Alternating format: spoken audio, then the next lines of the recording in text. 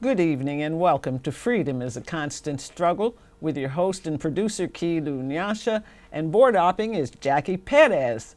Before I introduce my very special guest, Walter Turner, I want to call your attention to May 19th, tomorrow, the birthday of Malcolm X, and we'll show a short clip of him being interviewed just months before his assassination in 1965. And May 19th also marks the birthdays of freedom fighters Ho Chi Minh, former president of Vietnam, and Yuri Kochiyama, whose incredible life and activism will be presented in an exhibition titled Shifting Movements, currently on display through next Thursday, May 25th at Somart's Cultural Center, 934 Brannan Street in San Francisco. Don't miss it. And here's the interview. Jackie, who's going to bring you, we're going to see about 5 minutes of it. I think a lot of people are confused by the new Arabic name, El Hajj Malik El Shabazz. I've always had the name on my passport, Malik El Shabazz, only I only used it in the Muslim world. Well, Hajj is a title that is given to any Muslim who makes the pilgrimage to Mecca during the official Hajj season. Well, will you now use Shabazz and drop X? I'll probably continue to use Malcolm X and I'll probably use it as long as the situation that produced it exists. You don't feel that Shabazz takes the place of X? My going to Mecca and going into the Muslim world, into the African world, and being recognized and accepted as a Muslim and as a brother may solve the problem for me personally. But I personally feel that my personal problem is never solved as long as the problem is not solved for all of our people in this country. So I remain Malcolm X as long as there is a need to protest and struggle and fight against the injustices that our people are involved in this country. Are you prepared to go into the United Nations at this point and ask that charges be brought against the United States for its treatment of American Negroes? Oh, yes.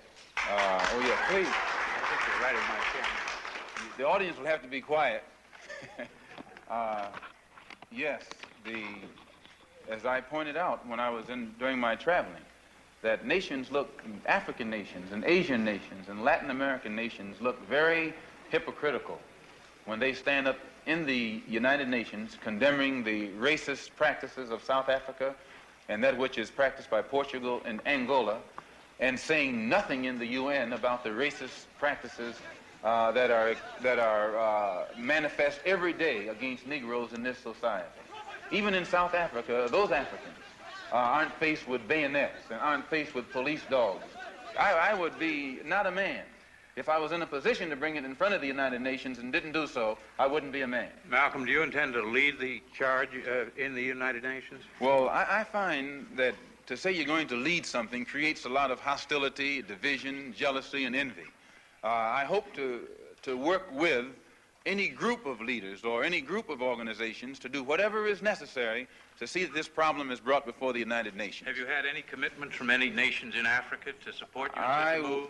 I would rather not say at this time, but one thing I found in my travels, all of them look upon us as their long-lost brother. You realize the implication is that you have had such commitments when you say... This is your interpretation of what I said. One thing that I found in all of my travels was that all of the Africans, not only the Africans, but the Asians and the Muslims, look upon us as their long-lost brothers. And America had actually tricked many of them into a hands-off policy by giving them the impression that she was honestly trying to do something to solve the problem.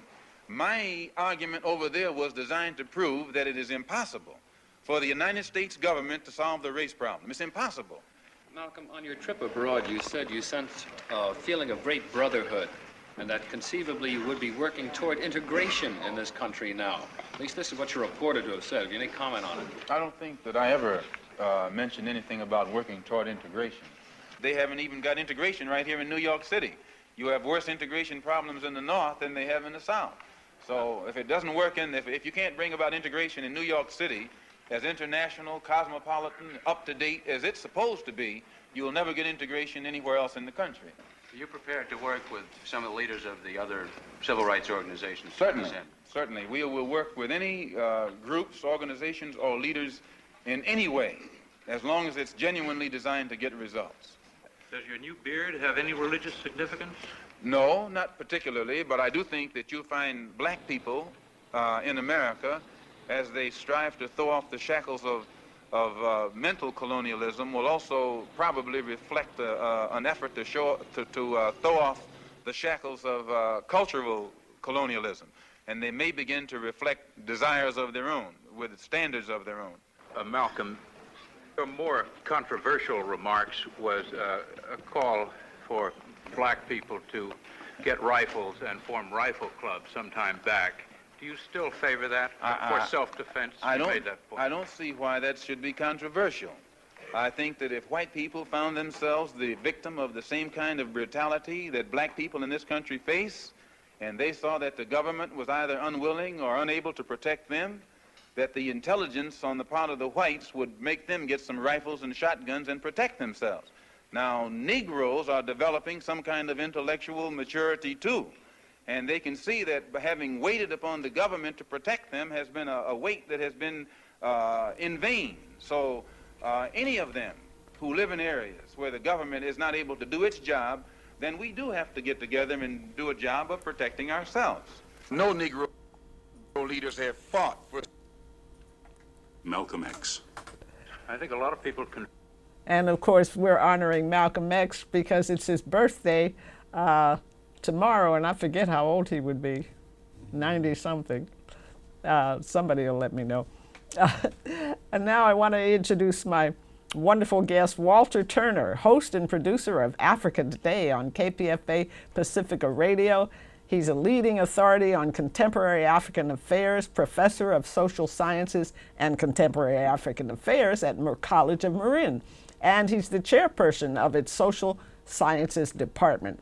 He's the president of the board of directors of Global Exchange, a San Francisco-based human rights organization, on the board of directors of Freedom Archives and the Priority Africa Network. He has also served as chairperson of the Hands Off Assata Committee. As journalist, author, columnist, commentator, and Global Exchange director, he has led more than 80 research study delegations to Cuba, Jordan, Colombia, Syria, Mali, Senegal, Vietnam, Kenya, Mexico, Haiti, Venezuela, South Africa, and many other parts of the world.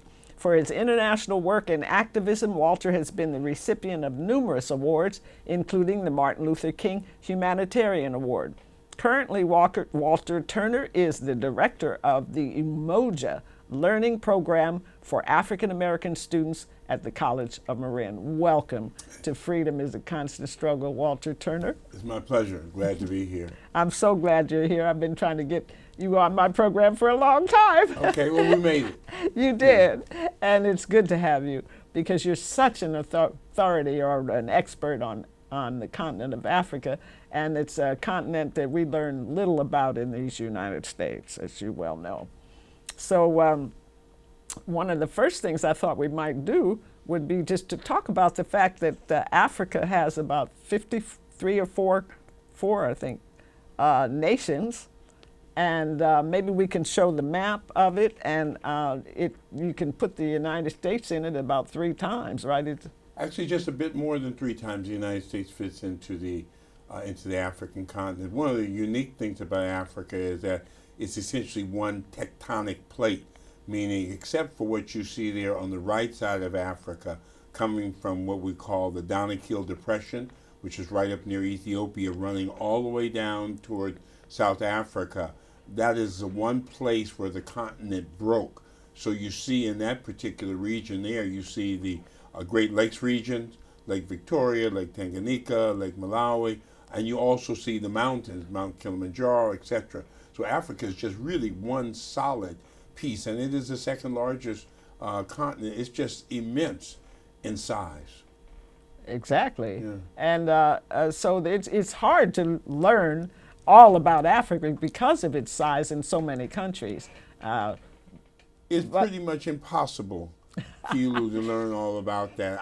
I don't know.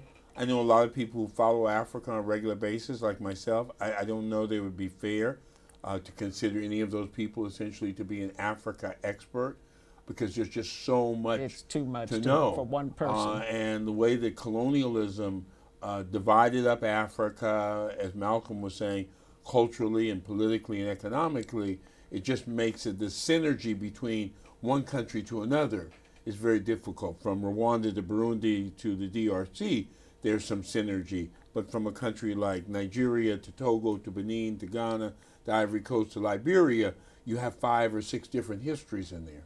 Exactly. Yeah, and when the colonists carved out nations, they often cut through African tribes or nations. Yes. And broke up, whole groups of peoples who, spoke a given language and had practiced a given culture that was different from other cultures. So that's one of the reasons there were a lot of conflicts. Oh, you raise a very good point. I mean, one example I think that comes to mind quickly if people are looking at the continent, on the left side of the continent in West Africa, you have the countries of Ghana and Togo. But those countries, particularly right near where they meet the Atlantic there, it was basically the airway-speaking population. So half of the airway population wound up in the country of Ghana. Another half of the airway population wound up in the country of Togo. Ghana was speaking English. Togo was speaking French. The rail systems, the communication systems were different. So the colonial scheme there, in terms of at times giving leaders or certain language groups more power than they had or less power than they had traditionally, has created a tremendous degree of conflict. The countries of the OAU, 1963, have agreed to accept Organization of African Unity, that is now the AU, right? The AU in 2002. They've agreed to go along and to honor the existing borders, but it hasn't been without conflict and tension, Keelan. I'm sure. And one of the most exciting things that you brought my attention to recently, Walter, was the African women who are let me see, the Kilimanjaro, who have come up with the Kilimanjaro Initiative. It offers a unique window of opportunity to unify and amplify the struggles of rural women across Africa. Sure. And talk about the recent Mount Kilimanjaro protest. Mm-hmm. With pleasure. I think again, as we were talking off mic, it's one of the things that didn't get covered enough. And those I know around the country and around the world who follow Africa, in many cases had not heard of it. And this was actually last year, 2016, and 400 women or plus from all over Africa gathered together in Kilimanjaro, and Action Aid Africa was very involved in it, many grassroots organizations, and approximately 30 women marched up the mountain Kilimanjaro, which is 5 days to get to the top of Mount Kilimanjaro. And isn't that the tallest mountain? It is the tallest mountain. Yes, it is. And some of the women continued and went to the very, very peak. Wow. And I had an opportunity to talk with some of the women who traveled. Whoa. When they returned back down, they worked on what they referred to as the Kilimanjaro Initiative. And these women from Nigeria, Zimbabwe, etc., and they were really responding to the issues of land tenure rights, meaning that you have a husband, a significant other, and they die, that you have rights and access to the land. They're responding really to the notion of how can the countries move forward without women being intimate in the process about making decisions, given that women are responsible for 70–80% of the food on the African continent. So it's a really bold initiative. So basically they're allowing women to work the land but not own the land. That's true. That's very true. That's very true. And I say this, as I've said on many other occasions in other venues, that I think the most exciting voices in the world today are the voices of African women. And they're pushing in their leadership on various issues around the African continent. I heard that. With Liberia, People may know that it was a number of women who got together and who organized, who were able to bring peace to Liberia. And I think that's sometimes a misnomer that the African countries aren't actively engaged in resolving their own situation. They are. There's just too much outside interference from the major And powers. Liberia has the first woman president? She is. Her term ends this year. Ellen Johnson Sirleaf. Yeah, right. She came there in 2006, but she came after this war that started to some degree in 1980 with Samuel K. Doe, who was supported by Ronald Reagan, and then Charles Taylor, who was working with the CIA, and then a number of other notions. And finally, there was a special tribunal. Charles Taylor was declared a violator of human rights. He went on trial, etc. And as a result of the push of the people in Liberia, Ellen Johnson Sirleaf became president. She's stepping down. Her tenure has been good in many ways, but it's also reflected the fact that it's very difficult to build a country after 20 years of just war and conflict and people being dislocated and child soldiers. So she's done well, and there's criticism of her, but there are some things that everyone agrees that she's done very well. Oh, good, Yeah. good. Let's move on to AFRICOM. The United States Africa Command is it's called AFRICOM, right? It's headquartered at Kelly Barracks, Stuttgart, Germany, and is responsible for U.S. military operations and military relations with 53 African nations. Want to elaborate a little bit on that? AFRICOM, I'm forgetting the exact date when it was initiated. It was something that was part of the Bush administration, if not earlier.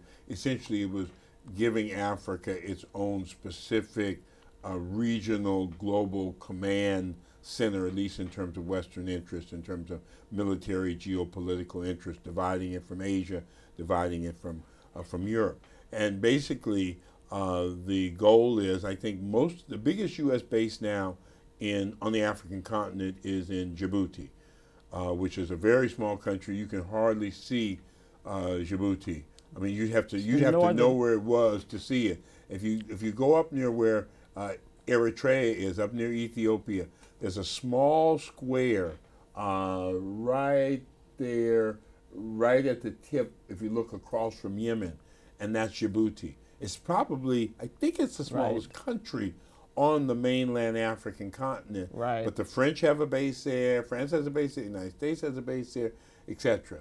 And from there, the U.S. deploys its troops.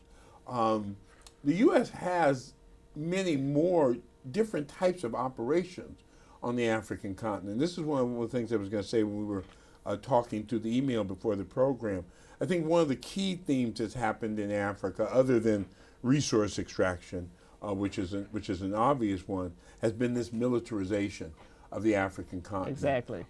There may be as many as 50 different bases, staging areas, collecting areas on the African continent. Some of this was considered to be put in place to deal with what people thought was a threat of terrorism, particularly in West Africa and Mali and Senegal and places where the United States has good relations. Some of it was put in place in East Africa, particularly through Uganda and Rwanda, who's friends of the United States. Some of it has been put in place with Ethiopia's relationship with Somalia, and some of it in North Africa. But all of these are bases where the United States can make decisions about military intervention, about support, about drone bases, etc. And I saw a news report where they showed troops on bases in Africa where, and they were pointing out how the Africans' armies of a given country are working on the same basis with the American military, so they're kind of bumping heads a lot. Okay. So it's a real kind of cooperative kind of thing, but you can just imagine who's dominating. Okay. Yeah, some of it's been training bases, particularly during the last visit I was in Senegal maybe a couple of years ago, when President Gaddafi was murdered in 2011. there began to be a movement of people out of Libya, a lot of dislocation in the region, and there were some real tensions in northern Mali, particularly among people they referred to as the Tamashek in the area of Timbuktu. So France moved troops in there, the United States moved troops in there. So basically they're doing a combination of maybe three things. They're training troops, they're exploiting resources, and they're playing a bigger role in what we refer to as civil society, meaning they're playing a role in being intimate in the kind of day-to-day and month-to-month activities and decisions of countries. So it's not good news for those of us who look at the component of Pan-Africanism, Right. but there is a good deal of training going on. In fact, if the listeners look at that piece that runs from West Africa, coming from Sierra Leone, Guinea, Sierra Leone, Liberia, Right. which they refer to as the parrot's beak, coming all the way through to Nigeria, going all the way down to the area of Angola. All along that particular region is oil. I don't think there's a country in that region that doesn't have oil. In fact, Angola is, when the Cubans were there, Angola was considered, and still is, to be the Saudi Arabia of West Africa. Well, So what about in Nigeria? Is Nigeria the fourth largest? Nigeria is prominent in there, but all of those countries, Ghana has found oil, Liberia has found oil, Ivory Coast has found oil, etc. Right. But all in that particular region, there's also another military presence from U.S. and France and England and other countries. So what would you call this? Neocolonialism? I mean, it just sounds like it. It's neocolonialism is a good word. I think it's probably stronger than that because it goes into a couple of other areas. Not only does it go into the area of lending, the IMF and the World Bank, but it also has been part of a recent campaign that's been going on a few years, which is called Stop the Bleeding, meaning many U.S. corporations and French and other corporations have been the ones who have been taking capital out of Africa, either by misinvoicing products, either by violating customs regulations, the Panama Papers, etc. So you have these three levels of things, not only the militarization, but the tying into the issues of debt, and then the bleeding of Africa. So essentially Africa is giving more back, and more is being taken from Africa by a long shot than being given to Africa in aid. I know, and then they're always trying to talk about how much aid they give and how much they donate to Africa, and at the same time, the Congo has been robbed by everybody practically of cobalt, gold, all the precious metals and minerals, and I mean, and how many people I've heard figures from ranging from 6 to 11 million people killed in the Congo. Well, it depends on what over you the take. past X number of years. If you go back, Kilo, if you go back to Mobutu, back to the period of assassination of as Malcolm X would say, the only rightful prime minister of the Congo, who was Patrice Lumumba in 1961. Right. Mobutu stayed there until 1997.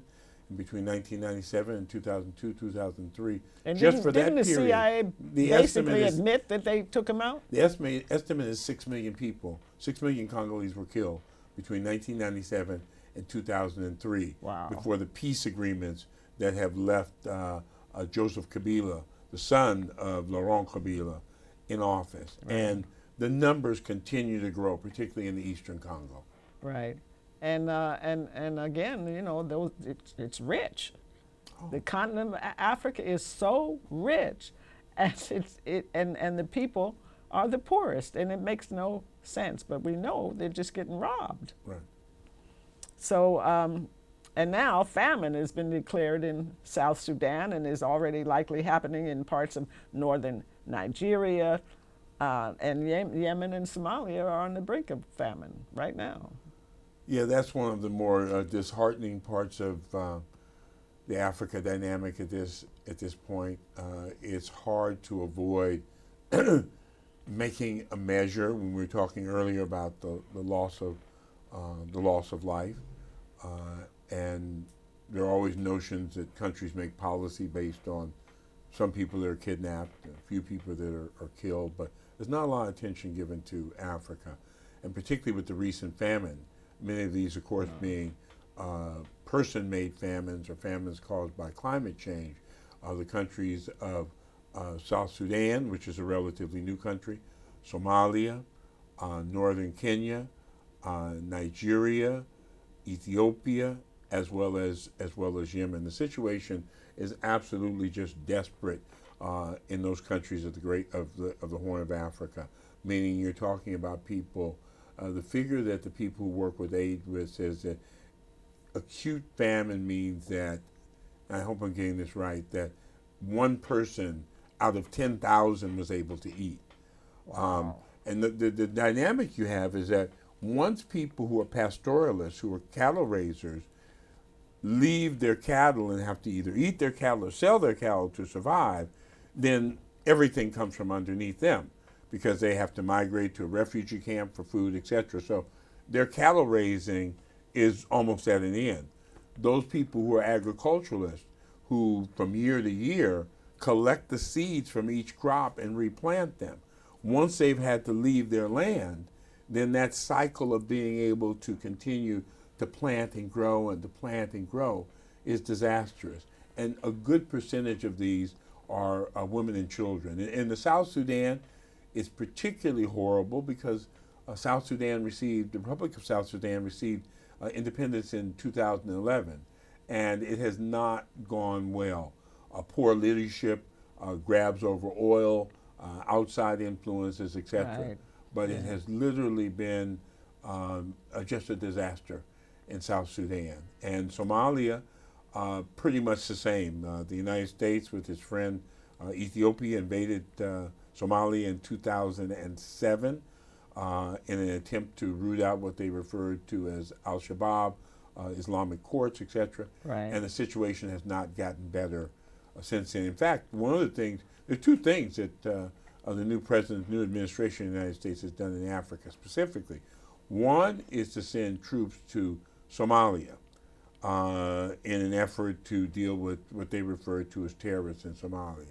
The second has been to sell planes, fighter planes, to Nigeria, basically to deal with Boko Haram. Again, I spoke... Explain what Boko Haram is. Boko Haram is a group, an organization that started probably in late 2006, 2007, and basically it was responding to the negative influences, Western influences. There were some very serious conflicts between It's an Islamic organization. It's an Islamic organization. It's important to keep in mind, if you look at northern Nigeria, northern Nigeria was actually a gateway to Islam in Africa. And when the colonial powers came in, the colonial powers changed the economics, changed the politics of that particular region. So in that sense, there's been a lot of tension in those regions about the legacy of colonialism. As relationships soured between Boko Haram, that's not their original name, between Boko Haram and between the Nigerian government, Boko Haram took a different very tactic, and that was to begin kidnapping and extortion. In 2014, they kidnapped almost 300 girls, Yes, the Chibok girls, and took them away. I think 100 of them have been returned recently. What the media misses about that is that, yes, some of the 200 have come back, and everyone's pleased about that. But in these last 2 or 3 years, another 2,000 or 3,000 young men and young women have been kidnapped and tied into the insurgency. And the reason the young men and young women are joining groups like Boko Haram is a question that we really have to address. What has been the impact of climate change in northern Nigeria? It's absolutely been disastrous. So people who are cattle raisers find themselves in conflict sometimes with agriculturalists or moving from rural areas to urban areas. So this whole process of dislocation, of lack of access to water, of the desertification of Nigeria is part and parcel of these insurgencies and the internal conflicts. Oh boy, it's complex, but it also has a lot to do, again, like you say, with these droughts and Oh, no climate doubt. change and No doubt. whatnot. Yeah, and it's so sad, you know, that the fact is that Africa contributes the least to air pollution and suffers the most from the effects of the impact of global climate change. So Yeah, most of the countries, Kilo in Africa, were because of the colonial system. And in some senses, when one is looking at Africa, it doesn't, there's a part of it that kind of doesn't make sense because Africa is, what the Africans Rising are saying, is so very rich. But many of these countries were growing crops principally for export. So in countries like Senegal, the major crop was like peanuts or groundnuts. In countries like Niger and countries like Chad, the major crop was cotton. So, and even with countries that their major product is oil, they're caught in this fluctuation where they essentially have one crop on the market. So when the prices drop for that particular crop, the economy is in shatters. And these are colonial patterns that were used for export from the African countries through a market, a European-controlled market boards into Europe. So the economic situation is set up to totally to disbenefit not only the hard work of women and men on the African continent, but the value of any of the crops that they have. So Nigeria, for example, when Nigeria discovered oil, Nigeria at that time was food self-sufficient. They grew enough food that they didn't need to import major amounts of food. Now, Nigeria imports major amounts of food in exchange for having oil, and it doesn't balance out. Because see, what if you've been reading the press over the years, they've been saying some of these countries, African countries, have tremendous growth rates. But the reality is that growth rates, what is development? Growth rates don't simply translate to development. they sure don't. And when you see a country like Liberia says our growth rate was 6.5%, then the question you have to ask is, where did that growth rate go to? To whom did it go to? Yeah. What corporations got their Exactly. slice? And of China that was growing particular- at 9 and 10%, but who was benefiting from that? Exactly. It certainly weren't the factory workers. Exactly. So that's one of the dynamics that we're dealing with Africa. Right. And it's just so massive that in many cases, each of those countries' stories are very specific in terms of understanding their economic situations. If you look on the index in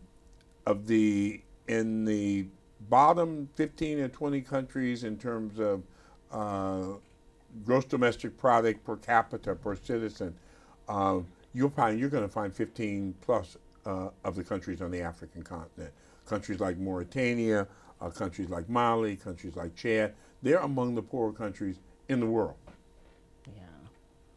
in terms of how it impacts their population per capita. I'm not talking about the richness of the culture or the richness of the people or even the richness of the resources they have. Angola, oil. But again, the levels of literacy are very low. Liberia, which has had a growth rate of 6.5%, Liberia has the highest percentage of children under 5 who die. So we have to rethink, and I think that's what the Kilimanjaro Initiative is doing. I think that's what Africans Rising is saying, hey, look, we need to rethink this dialogue about what our priorities are. Right. And I'm so glad to see women empowering women. Yes. So anyway, I wanted to also talk about South Africa. Last October, university students brought a number of college campuses to a standstill, protesting a proposed increase in tuition. And more than 20 years after the end of apartheid, students protesting under the banner "Fees Must Fall" say South African universities are prohibitively expensive, shutting out a disproportionate number of black students from access to higher education. And it said the Wits University in Johannesburg calls for the decolonization, in quotes, of universities. the removal of symbols of oppression and colonialism from campus, and a revision of the curriculum to, quote, to include black thought and intellectuals, unquote, among other measures. You want to elaborate a little bit on that? It's a big, South Africa is a big question. I know that people like yourself are very, very active in the work around anti-apartheid. It was a global movement in the 1980s and after the Soweto uprisings of 1976. People around the world supported the ANC alliance, which included the ANC, the COSATU, the Congress of South African Trade Union, and the South African Communist Party under the leadership of people such as Chris Hani. At the time, I loved Chris Hani. I got to meet him. Under COSATU, under Cyril Ramaphosa, who was active in the movement at that I have time. No respect for Cyril Ramaphosa. Things changed very quickly. Didn't they? In the 1990s. You know, I think some could attribute to the fact that the ANC did not win a military victory, that there essentially was an agreement to bring the ANC into the leadership and then eventually the elections in 1994. The South African, the leaders of the ANC, the Tripartite Alliance, made some decisions about what things could be protected, quote unquote, in New South Africa and what had to be changed. And there were a couple of different strategies that they looked at. One was the gear strategy, and another was another strategy which talked about kind of development from the bottom versus development from the top. The students that you see now, the fees must fall, the Zuma must fall, the Zuma must go, all of these movements over the last few years have really been the young people who are the, I think they call them the born frees, those people who were born after the 1990s, who essentially were not born under apartheid, right, who are saying that if the discussion was about making sure that education was going to open the door to the future and housing was going to open the door to the future, why is it so difficult to get through that door now? And what they're pointing out, as the African Risings movement is saying, is not only has there been misuse of resources with impunity, meaning with shamelessness, meaning whether you're talking about the case of Tokyo Sekwali, whether you're talking about Cyril Ramaphosa, or whether you're talking about Jacob Zuma and others. Well, let's just stop for a minute and let people know that Jacob Zuma is the current president. Current president, and of he's the pretty African scandalous. But yeah, current president. So what students and people such as we talked about, Abba Shalali, the National Union of Mine Workers, the events at Marikana, the mine strike of 2012, what people are saying is that the promises that we fought for, the promises that people such as Hector Peterson died for right, in Soweto in 1976, that they haven't been fulfilled. In fact, the situation has gotten worse. And it's not necessarily because South Africa is a poor country. South Africa is, in fact, a rich country. But you got South African billionaires now, like Cyril Ramaphosa and Tokyo Sekwali and many others. So yeah. That's their demand. I think the piece. And excuse me, but let me just let viewers know that Cyril Ramaphosa was one of the three who negotiated the end of the struggle and the rise of Mandela. Very true. And was third in line to succeed Mandela.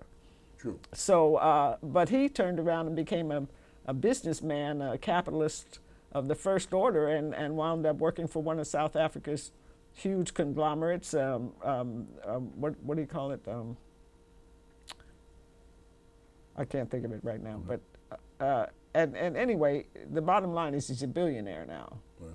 And Abahlali Base Mjola is celebrating Unfreedom Day. The poorest of the poor will gather once again on the 23rd of April, 2017. The movement of Abahlali Base Mjola will once again convene its annual Unfreedom Day event.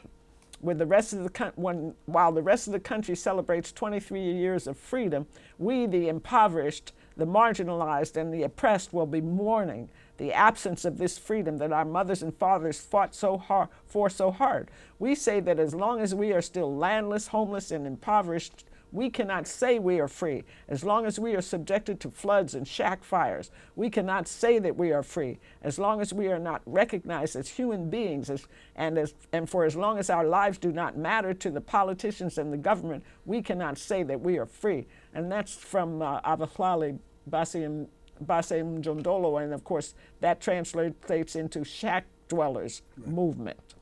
So talk a little bit about the fact that you've got people in shacks living with no running water, no electricity, nothing, and their protests are being met with gunfire and murder. Yeah, some of it has to do in the last elections, of course, in South Africa in 2016. The ANC, I think, in many cases still won a majority of key areas, but they also lost some vote areas that they had held previously. Some of those were won by the Democratic Alliance and some by the Economic Freedom Fighters under Julius Malema. Talk a little bit about that group. I'm not too familiar. I think one of the things I wanted to emphasize is that with the Fees Must Fall movement that you mentioned, the Zuma Must Go movement, is that particularly the young women and the young men are speaking to a couple of things here in their movement. One, they're very inclusive in their movement. Their demands also include recognitions of workers' rights, of unions' rights, of people who work at those universities. The other issue that they're very active around is the issue of gender, being very involved in issues of gender. South Africa, as progressive as a constitution that it has, that constitution hasn't played out in the real world. Practice. So these new movements that you see, the ANC still controls parliament at this point. There is a coalition party between the Democratic Alliance, which was formerly a white kind of middle of the road at times, a little bit to the right of the middle of the road organization under Helen Zille, and a new organization over the last 5 or 6 years, Julius Malema, who's with the Economic Freedom Fighters, who are challenging the role of the African National Congress. I believe in the city of Johannesburg that the new mayor is not from the ANC. He is from the Democratic Alliance, and it's caused tremendous tension. The ANC has a national executive meeting coming up. President Zuma, I believe his term goes up to 2018. We'll see what happens, whether the ANC will have enough energy to be able to keep going. But people feel that in the many years of the ANC, going back to 1912, from the elections of 1994 with Mandela, that the ANC really has not delivered, and that the leadership of the ANC, whether you see it through the Nkandla scandal, which was a scandal where President Zuma had built his house up and public funds, whether it was something like a $20 million house or exactly, whether it was the rape charges that he's had against him, the most in the context of 6 wives and an out of marriage baby. Exactly, and most recently the 2 scandals that have been very hard, which has caused people to say Zuma must go, has been the one essentially around the nuclear deal, which has been something that Jacob Zuma and friends and cronies of his, not only in South Africa but outside of South Africa, have tried to be involved in, and his firing of the finance What's the minister. nuclear deal? There's an effort to build, skirting a lot of regulations, a very, very expensive nuclear plant. Oh. And the backstory is that particular families who've been very prominent, very influential in Zuma's administration have encouraged this deal. It's a deal which will benefit Zuma and others. It's a deal with other outside countries are involved in. In the last 2 or 3 days, the High Court of Cape Town ruled that the deal could not go further. But this is one of the things that Zuma and his cronies had been doing to continue to siphon off resources from the South African state. So it was a bad start with Zuma from the very beginning. From when he came to office in 2007 till now, it's been issue after issue after And from issue. what I understand, he lacks education. He doesn't really have much education. Not a very sophisticated dude. Well, I think many of the leaders that you see in that period, Kulu, they came to power and notoriety because of their role in the liberation movement. Well, exactly. And but, you know, not people like Chris Hani or Nelson Mandela. I mean, no, well, there were exceptions, however, but as I said before, the ANC and its partners did not win a military alliance. They made some agreements with South African big business, with South African civil servants, that they would not nationalize parts of the economy when they came to power in 1990 and 1994. I think that was a big mistake. So there were some deals that were made, yeah. And the people who have suffered in terms of access to housing, access to education, yeah, the ANC has built some houses. Yes, the ANC has built some schools, but the magnitude of what's needed in South Africa has not been what's been addressed. No, they've been too busy, you know, carving out riches for themselves. Corruption is universal, apparently, but we can't seem to get rid of it. But anyway, there was one more. Oh, I know what I wanted to ask you. We only have what? How many minutes left? About 10, 5, 6. Can we talk Cuba in 6 minutes? Yes. We've only got 6 minutes left? That's all we have left. It seems like we've been here 5 minutes. I know. Yeah, Cuba is, I think I would suggest to people that the first place to start with Cuba over the last 2 or 3 years is to read the statement by President Obama in December 2014. Read the statement by President Raul Castro in 2014, and you can see the difference in terms of where things are going. Oh, okay. Cuba has been tremendously impacted by tourism. I currently work with a number of other people. We founded an organization which is devoted to responsible and ethical tourism with Cuba, an organization which is referred to as RESPECT. Obama's thought, and I think the thought of many in the United States, is in other countries, is that those people that Cuba has who are like in non-state employment over the last 2 or 3 years, meaning people that Cuba no longer had in state employment because it wasn't affordable, there wasn't work to do. I think that Obama and others see them as civil society in Cuba, and they see them as an entry point into framing Cuban politics the way they would like to see Cuba framed. I think it's important to keep in mind that Cuba also has, one of the reasons that the U.S. made the changes that they did, 2 or 3 reasons. Number one, because everybody in the world was clamoring for the release of the Cuban Five. They shouldn't have never been held. Number two, as people in Cuba will tell you who travel to Cuba, that the United States is keen to use Cuba as overflow for surplus agricultural products, surplus goods. It's 45 miles away. And number three, because none of the countries in Latin America believed or agreed with U.S. policy. The United States was the only country in the world that didn't recognize Cuba. So whatever role the Cubans played in countries in Latin America in terms of medical help, in terms of Haiti, et cetera, et cetera, et cetera, Cuba had a very different image than the policy we were being given through the eyes of Miami. So in some senses, we really got to go back and take a look at what these policy changes have been about. And Cuba's had the Seventh Party Congress recently, and is doing some very, very exciting things. I mean, in terms of agriculture, almost everything is organic. Now, there are still major challenges. Attempting to be a socialist consciousness country in a world devoted to neoliberalism and capitalism. It's pretty rough. Is rough. I know. And it's amazing that they've hung in there as long as they have. It's absolutely astounding. It's rough. And Cuba has done something else. They just came out with a breakthrough medication for that expands the life of cancer patients. And also for hepatitis C. And these were medications that they've been trying to exchange with the United States for years. The United States said, well, no, because... So the embargo still exists against Cuba. Congress has to overturn the Helms-Burton embargo, and Cubans are saying, look, we're going to have normal relationship. You've got to overturn the embargo.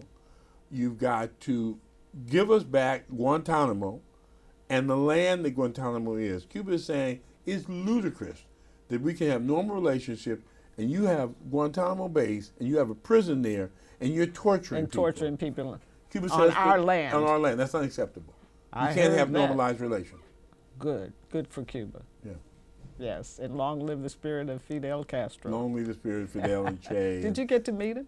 I have met Fidel Castro. I've been very fortunate. Oh, well, tell us. We got a couple of minutes left. Yeah. Less than 2 minutes. We had a reception. We were doing travel challenges to the process of having to apply for a license. And Fidel, as he did on many occasions, would wait till 12 or 1.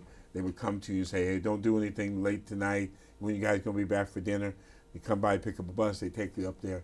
And Fidel walked and talked among people, and he talked about politics, he talked about baseball, then he took a round table, and you know, I mean, he very well read. In fact, on the issue of climate change, we have to thank Fidel. On the issue of supporting Angola, in all honesty, Kulu, we would not be talking about Nelson Mandela, Zimbabwe, Sam Nujoma, if it was not for the Cuban presence in Angola.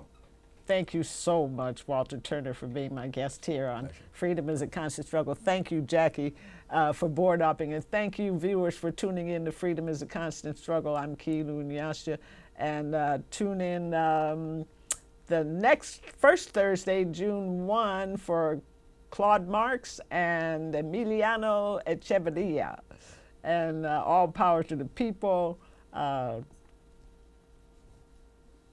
Pleasure. And we're out. Okay.